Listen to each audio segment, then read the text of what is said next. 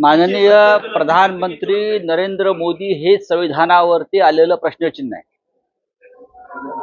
गेल्या 10 वर्षापासून या देशामध्ये कोणतंही कृत्य आणि कोणतेही कार्य हे संविधानाच्या संदर्भात किंवा संविधानाला धरून चाललेलं नाही.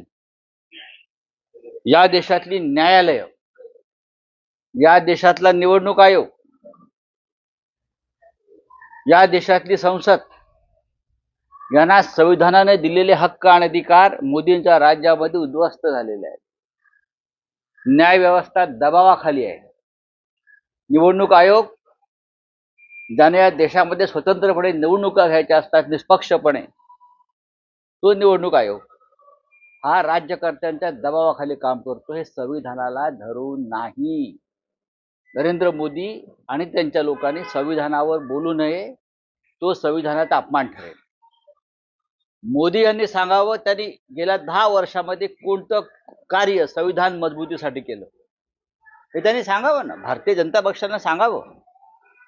ज्या पद्धतीनं या देशामध्ये मग विधानसभा असेल, लोकसभा असेल, विरोधी पक्षच राहू नये, विरोधी पक्षाला संविधानामध्ये, संसदीय लोकशाहीमध्ये अत्यंत महत्त्वाचं स्थान आहे. पण विरोधी पक्ष राहू नये. विरोधी पक्ष आमच्या टाचेखाली असावा.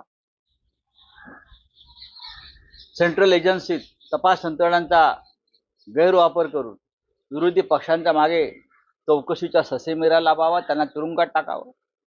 विद्यमान मुख्यमंत्र्यांना तुरुंगात टाकणं हे कोणत्या संविधानाच्या कलमात लिहिलं आहे का? भारतीय जनता पक्षाचे सगळे लोक काय दूधचे धुले आहेत का? ईडी सीबीआय दाखवावं कधी भाजपच्या घरी गेली आहे. उलट ज्यांच्या घरी गेली होती आमच्याकडे असताना जे लोक, त्या मोदींच्या मांडीवर बसलेत आणि मोदी त्यांना दूध पाजतायत मांडीवर घेऊन. जे लहान मूल पाजतं ना, लहान मुलाला आई पाजते ना, तसं आईच्या ममतेने त्यांची मोदी काळजी घेत आहेत. 70,000 कोटीचा सिंचन घोटाळा त्यांच्यावर मोदीने आरोप केला. त्यांना तुमच्या उपस्थितीमध्ये उपमुख्यमंत्रीपदाची शपथ दिली जाते. हे कोणत्या संविधानात लिहिलेलं आहे सांगा ना. संविधानातल्या कोणत्या कलमात लिहिलेलं आहे सांगा तुम्ही. ज्या पद्धतीनं या राज्याचं सरकार आमदार फोडले, 10व्या शेड्यूलनुसार सगळे अपात्र ठरायला पाहिजेत. नरेंद्र मोदींच्या दबावाखाली सर्वोच्च न्यायालयानं चंद्रचूड यांनी निर्णय दिला नाही. एका संविधानामध्ये बसताय का? चंद्रचूड यांच्यावरती खरं म्हणजे खटला दाखल केला पाहिजे. ज्या पद्धतीने हे राज्य मोदी चालवतात ते संविधानाच्या विरोधामध्ये आहेत. संविधान हा देशाचा आधार आहे. तो आधार नरेंद्र मोदींनी उद्ध्वस्त केलेला आहे. काल आपण पाहिलं असेल मध्य प्रदेशमध्ये मनोज परमार आणि त्यांच्या पत्नीनं आत्महत्या केली.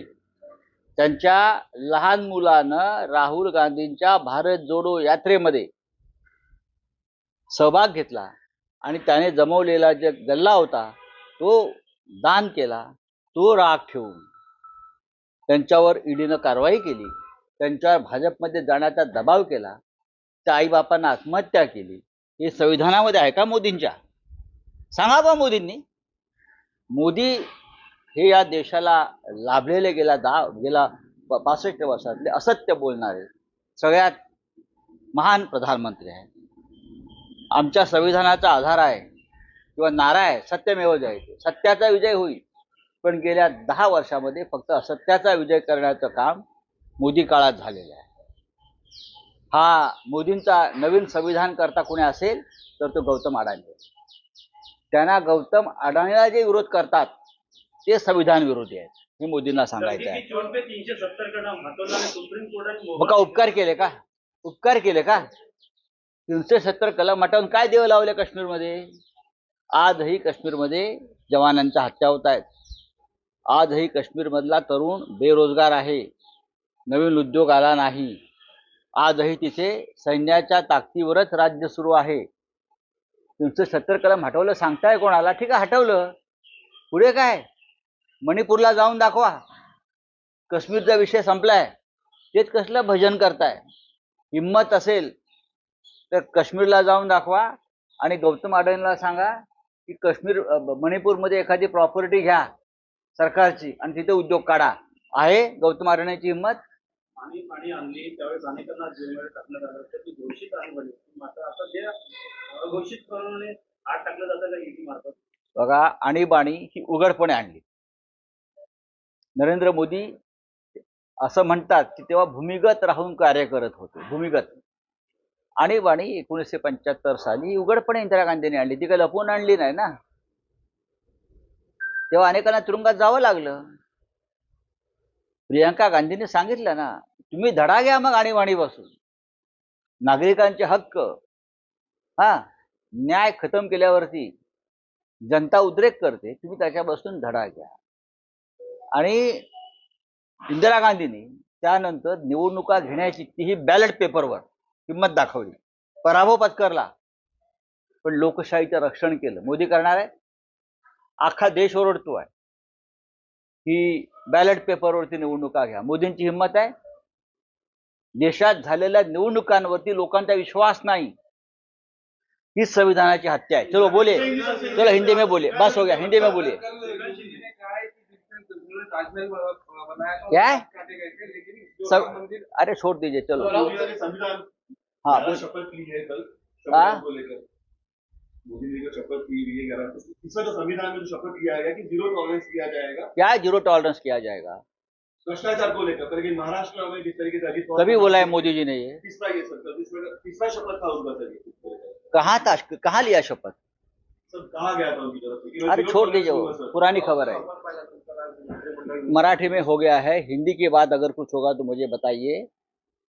कौन है हिंदी सावरकर को लेकर एक बार फिर से चर्चा हुई कल सदन में, जहां एक तरफ कहा गया कि सावरकर जी जो है टू नेशन थ्योरी, जिन्ना जी नहीं, सावरकर जी जो है वो टू नेशन थ्योरी चाहते थे. कौन बोल रहा है ऐसा? सर, तमिलनाडु के एक एमपी. बात ऐसी है, ये पुरानी बातें हैं. 50-50, 60-60 साल पहले उस स्थिति में जो बात कही थी, वो जो लिखी थी. जिन्ना जी नहीं, सावरकर जी जो है वो टू नेशन थ्योरी चाहते थे. कौन बोल रहा है ऐसा? सर, तमिलनाडु के एक एमपी. बात ऐसी है, ये पुरानी बातें हैं. 50-50, 60-60 साल पहले उस स्थिति में जो बात कही थी, वो जो लिखी थी, आप 70 साल के बाद उसके ऊपर चर्चा करते हो. देश को आगे लेके जाना है ना. 1947 से पहले जो इस देश में स्थिति बनी थी, उस वक्त महात्मा गांधी जी, वीर सावरकर जी, सुभाष चंद्र बोस जी, उनकी अलग अलग राय थी. अब वो भूल जाना चाहिए. अब देश को आगे लेकर जाना है ना, तो भूल जाना चाहिए. नरेंद्र मोदी जी ने कल संविधान की बात की. नरेंद्र मोदी के मुंह से संविधान रक्षा की बात ठीक नहीं लगती. मोदी जी के कार्यकाल में 10 साल में दर दिन संविधान की, लोकतंत्र की, न्यायालय की, पार्लियामेंट की, जनता के अधिकारों की हत्या और हनन हुआ है. और आप संविधान रक्षा की बात करते हो. आप इमरजेंसी, आपातकाल की बात करते हो. कौन सा आपातकाल? 1975 की स्थिति अलग थी. अब आपको 1975 भूलकर 1914, 1914 से जो आपातकाल इस देश में लगा है 10 साल, इंदिरा जी का आपातकाल 19 महीने था, 19 मंथ था, ज्यादा से ज्यादा 2 साल आप पकड़िए. लेकिन आपका आपातकाल जो है 10 साल से इस देश में चल रहा है. और 10 साल से इस देश की न्याय व्यवस्था, सुप्रीम कोर्ट हो, हाई कोर्ट हो, संसद हो, सब कुछ जो संवैधानिक संस्थाएं है, वो आपके दबाव में है. जनता दबाव में है. लोग आत्महत्या कर रहे हैं आपके डर से. भाई, लोग आत्महत्या कर रहे हैं. कल जो परमार कपल मध्य प्रदेश में, मनोज परमार और उनकी पत्नी ने आत्महत्या किया. सदोष मनुष्य वध का जो अपराध है, वो प्रधानमंत्री के ऊपर लगना चाहिए. ये ईडी, सीबीआई केंद्र सरकार के कंट्रोल में आती है. और जिस तरह से आपने दबाव बनाकर एक ऐसे दंपति को आत्महत्या करने पर मजबूर किया है, सुसाइड नोट पढ़िए. ये सीधी जिम्मेदारी नरेंद्र मोदी जी के ऊपर जाती है, अमित शाह जी के ऊपर जाती है. उनके ऊपर सदोष मनुष्य वध का अपराध मुकदमा होना चाहिए. निर्मला सीतारामन के ऊपर होना चाहिए.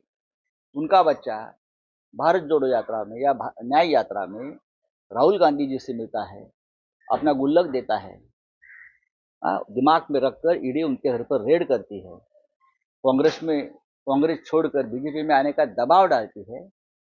ये क्या है देश में चल, ये संविधान है क्या? आप संविधान पर बात करते हो? कौन सा संविधान आप चला रहे हो ये देश में? आपका खुद का संविधान? आपका संविधान सिर्फ गौतम अडानी के लिए। आप संविधान नया लिखना चाहते हैं गौतम अडानी के फायदे के लिए, देश के लिए नहीं। लेकिन हम ये होने नहीं देंगे, हम लड़ते रहेंगे। Thank you. आपका क्या? हाँ, मोदी जी ने कहा है भ्रष्टाचार को लेकर जीरो टॉलरेंस किया जाएगा। तो सबसे पहले अजीत पवार को पार्टी से निकालिए। उनको जो आपके महान उपस्थिति में शपथ ग्रहण किया है ना, तो बताइए, एकनाथ शिंदे सबसे भ्रष्ट व्यक्ति है। और भी उनके साथ जो 10-12 लोग आए हैं ना, जिनको पर ईडी सीबीआई के मुकदमे और रेड्स हुए हैं, हिम्मत है आप उनको दूर करने की? अभी आपका जो 56 इंच का सीना है, उस सीने से पूछिए कि मेरे आसपास कितने भ्रष्ट लोग हैं। सबसे पहले तो गौतम अडानी को आप टॉलरेट कर रहे हो, तो देश नहीं टॉलरेट करना चाहता। जीरो टॉलरेंस की बात है, ये तो 1000% भ्रष्टाचार है। देखो, मोदी जो बोलते हैं वो करते नहीं, और जो करने की बात होती है वो उनसे होती नहीं। Thank you. सर, एक लास्ट सवाल सर, लास्ट सवाल, वन नेशन बदल